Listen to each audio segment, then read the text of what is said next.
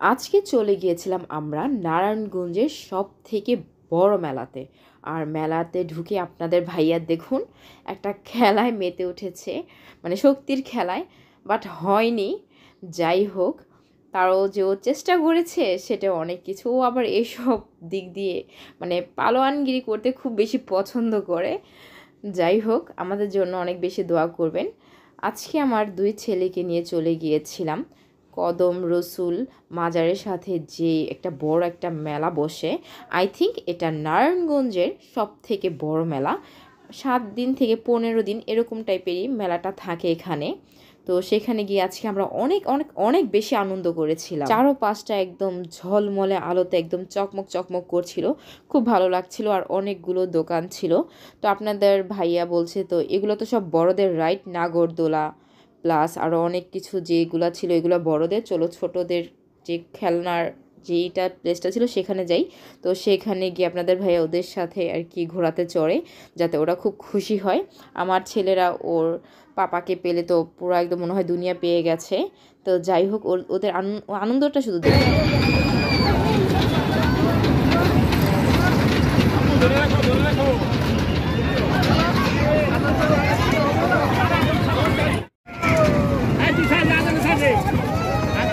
আমি তো নাই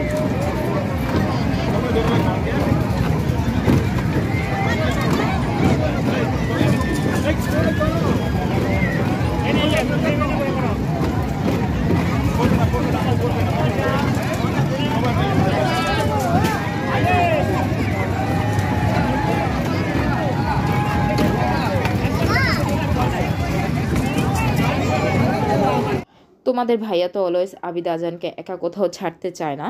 সেজন্য আসলে কোনো রাইডে উঠলে ও সাথে উঠে, যাতে কোনো রকম সমস্যা না হয়। কারণ অ্যাজ এ প্যারেন্টস হিসাবে আমাদেরও কিছু দায়িত্ব থাকে। আর যাই হোক, আমরা কখনই আমাদের বাচ্চাকে একা ছাড়ি না। ওরা যেই রাইডে উঠুক না কেন, ওদের পাপা কিন্তু ওদের সাথেই সব সময় উঠবে। মানে ওর একটু ভয় লাগে যদি কিছু হয়ে যায়, সেজন্য ও সবসময় ট্রাই করে যে ওদের সাথে সাথে থাকার জন্য। তারপর আমরা আশেপাশে ঘুরছিলাম, আর এত পরিমাণ স্টল ছিল, আর আজকে মানে প্রচুর পরিমাণ ভিড় ছিল। প্লাস আজকে মানে চন্দ্রগ্রহণ ছিল। চারটা দেখতে জাস্ট অ্যামেজিং লাগছিল। তো আমি ভাবছিলাম যে আজকে চারটা এত সুন্দর কেন, মানে এত মায়া লাগছে কেন চারটাকে দেখে, মানে এত পরিমাণ জ্যোৎস্নার আলো ছিল, মানে অপরূপ সৌন্দর্য লাগছিল একটু চারটাকে দেখতেও। পরে যে আমি শুনি যে আজকে নাকি চন্দ্রগ্রহণ, এই জন্য আসলে পরে ভাবলাম যে এই জন্য মনে হয় চারটাকে এত সুন্দর লাগছিল। আর প্রায় অনেকগুলো এখানে দোকান ছিল, আইসক্রিমের দোকান, যে ফ্রুটস দিয়ে যে আইসক্রিমগুলো বানানো হয় সেই আইসক্রিমেরও স্টল ছিল। তারপরে জিলেপির স্টল, মানে খুব গরম গরম জিলিপিটা খেতে মানে খুব মজা লাগছিল। তারপর তালের পিঠা, তারপর নিমকি, পিঠি, বালুশা, মানে অভাব নেই। সারি সারি সারি সারি দোকান, আর ভিড়, প্রচুর পরিমাণ ভিড় ছিল। তো ফার্স্টে আমরা একটা ফুচকার স্টলে গিয়ে ফুচকাটা খেয়ে নিই, দেন একটা হালিম খাই। এটা ভুঁড়ির হালিম ছিল আর কি। এখানে ম্যাক্সিমাম দোকানে আর কি ভুঁড়ির হালিমটা বিক্রি করে। তো হালিমটা মজাই ছিল। আর আপনাদের ভাইয়া তো ভুঁড়ি টুড়ি গরুর এইসব পছন্দ করে না, সেজন্য ও আর খায়নি। আমি আর আবিদ খেয়েছি। আর এটা যেহেতু একটু স্পাইসি ছিল, সেজন্য আজানকে দিইনি, কারণ ও একদম চোখ দিয়ে পানি বের করে ফেলবে। ওকে অন্য কিছু আর কি খাইয়েছি, ও আর কি ওকে দিইনি। দিলে ও একটু খাবে, তারপর একদম অনেক কান্নাকাটি জুড়ে দিবে, সেজন্য আর কি ওকে দিইনি। তারপরে অনেক পিঠার স্টল ছিল। আপনি যত দূর ঘুরবেন শুধু খাবারের স্টল আর স্টল, এত মজার মজার খাবার, জাস্ট অসাধারণ। আর পিঠাগুলো খুব মজাই ছিল। তো একটা কুলি পিঠাও খেয়েছি, সাথে ওদের জন্য আর কি মালপোয়া পিঠাটাও দিয়েছি। ওরা আর কি দুই ভাই মালপোয়া পিঠাটা খেতে ভালোবাসে। ওদের পাপা আমাকে জিজ্ঞেস করছিল যে তুমি আর কি কি পিঠা নিবে, নাও দেখো পিঠাগুলো দেখতেও খুব ভালো। তো যেগুলো পিঠা ভালো লাগে সেগুলো আর কি নিয়েছি। আর তোমরা তো অলওয়েজ জানো তোমাদের ভাই আমাকে খাওয়াতে কত বেশি ভালোবাসে। ওর খাবারের দোকানে নিয়ে গেলে আমাকে শুধু বলবে যে তুমি কোনটা খেতে চাও তুমি সেটা নাও। তো ও এটা আমার জন্য একটা প্লাস পয়েন্ট আর কি ম্যারিড লাইফে, যে যখন যেটা চাই তোমাদের ভাইয়া অলওয়েজ চেষ্টা করে সেই জিনিসটা আমাকে দেওয়ার জন্য। তোমাদের ভাইয়া কিন্তু খুব ঘুরতে খুব ভালোবাসে, ঘুরতে ফিরতে আনন্দ করতে খুব বেশি ভালোবাসে। ও এক জায়গায় বন্ধ রুমে থাকতে বেশিক্ষণ ভালোবাসে না। সেম বাচ্চা দুইটা আমার তেমনই হয়েছে, একদম তোমাদের ভাইয়ার মতো হয়েছে। 2-3 দিন গেলেই বলে চলো পাপা আমরা ঘুরতে যাই, বাসায় ভালো লাগতেছে না। তো এই কথা শুনলে তোমাদের ভাইয়া তো পুরো মাথা খারাপ যে হ্যাঁ আমার বাচ্চারা বলছে তা চল তাড়াতাড়ি চলো আমরা ঘুরে আসি, মানে একদম পাগল হয়ে যায় ঘোরার জন্য। আর তোমরা তো জানো তোমাদের ভাই আসলে কতটা একটু সফট মাইন্ডেড, তোমরা হয়তো অলওয়েজ ভিডিওগুলো দেখলে বুঝতে পারো। আর আমার বাচ্চারা যে কী পরিমাণ দুষ্ট সেটাও কিন্তু তোমরা বুঝতে পারো। যাই হোক, তো এখান থেকে আমার যে বাচ্চাদের ছিল ওদের কি 2টা বাচ্চাকে বালুশা কিনে দিলাম, তারপর টুকটাক আর কি কিনলাম পিঠি নিমকি। ভালো লাগে এগুলো খেতে আসলে, একদম ক্রিস্পি টাইপের থাকে তো অলওয়েজ আমার এগুলো খেতে ভালো লাগে। তো আমরা যখনই মেলায় যাই না কেন বেশি করে নিয়ে আসি, যাতে অনেক দিন রেখে খাওয়া যায়।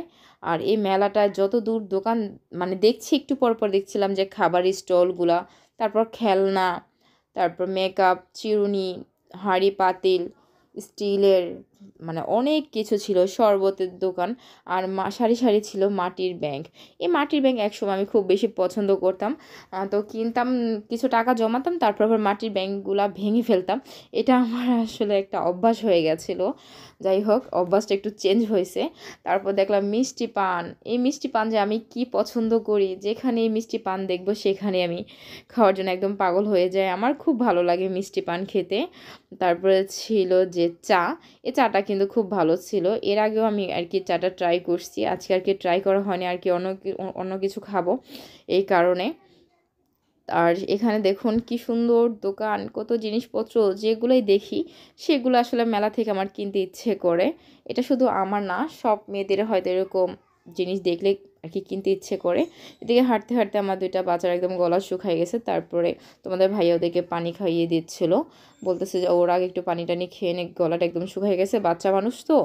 তো যেহেতু আর টুকটাক খাওয়া হয়েছে অনেক কিছুই, সেজন্য আসলে পানিটা খাওয়াই নিল। তারপরে আমরা চলে আসলাম সেই কদম রসুল আর কি মাজারের কাছে আর কি চলে আসছি। দেন এখানে আসার পর তোমাদের ভাই বলতেছিল তুমি না মিষ্টি পান পছন্দ করো, তাহলে একটা মিষ্টি পান খাও। আমি বলতেছিলাম যে একটু পরে খাই, একটু ঘুরি ফিরেও, বলতেছে না পরে দেখবার ভুলে গেছো, তারপর বাসায় গিয়ে বলবো হ্যাঁ পানটা খাওয়া হয় নাই। তো এর থেকে ভালো এখনই খেয়ে ফেলো, না হলে পরে দেখবার মনেও থাকবে না। তো সেজন্য আসলে তোমাদের ভাইয়ার বলাতে ভাবলাম ঠিকই, পরে যদি আবার ভুলে যাই তাহলে আর খাওয়া হবে না। আর এইসব মেলাতে এইসব পান টান খেতে খুব বেশি ভালো লাগে। তো আমার এই মিষ্টি পানটা মানে খুব মজা লাগছিলো। তো তোমাদের ভাইয়া জিজ্ঞেস করছিল যে কোন পানটা বেশি ভালো হবে, তো ওনারে সাজেস্ট করি যে এই পানটা নেন, এই পানটা খেলে ভালো লাগবে। দেন তোমাদের ভাইয়া বলতেছিল তাহলে খাও, দেখো কেমন লাগে, মজা লাগে কিনা। দেন আমি দেখলাম আসলে এই পানটা অ্যামেজিং মজা ছিল।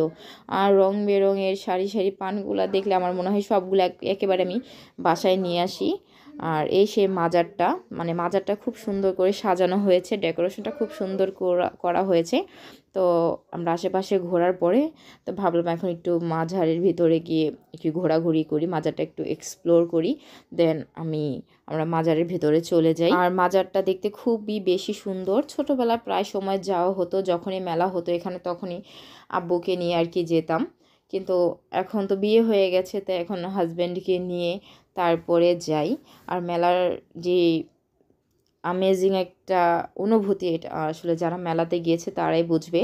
আর মাজারের ভিতরে কিন্তু খুব সুন্দর একটা মসজিদ আছে, আর কিছু কবর টবরও আছে, ভালো লাগে। এখানে নারায়ণগঞ্জে আমরা যারা থাকি প্রায় এখানে মেলা হলে কিন্তু প্রত্যেক মানুষ এখানে ঘুরে ফিরে বেড়ায়, ভালোই লাগে। আর যেহেতু ঈদুল মিলাদুন নবী এর উপলক্ষে আসলে মেলাটা বসে, তো প্রত্যেক দিন অনেক পরিমাণ মানুষ আসে, 7 থেকে 15 দিন মনে হয় মেলাটা এখানে স্টে করে তারপর দেন চলে যায়।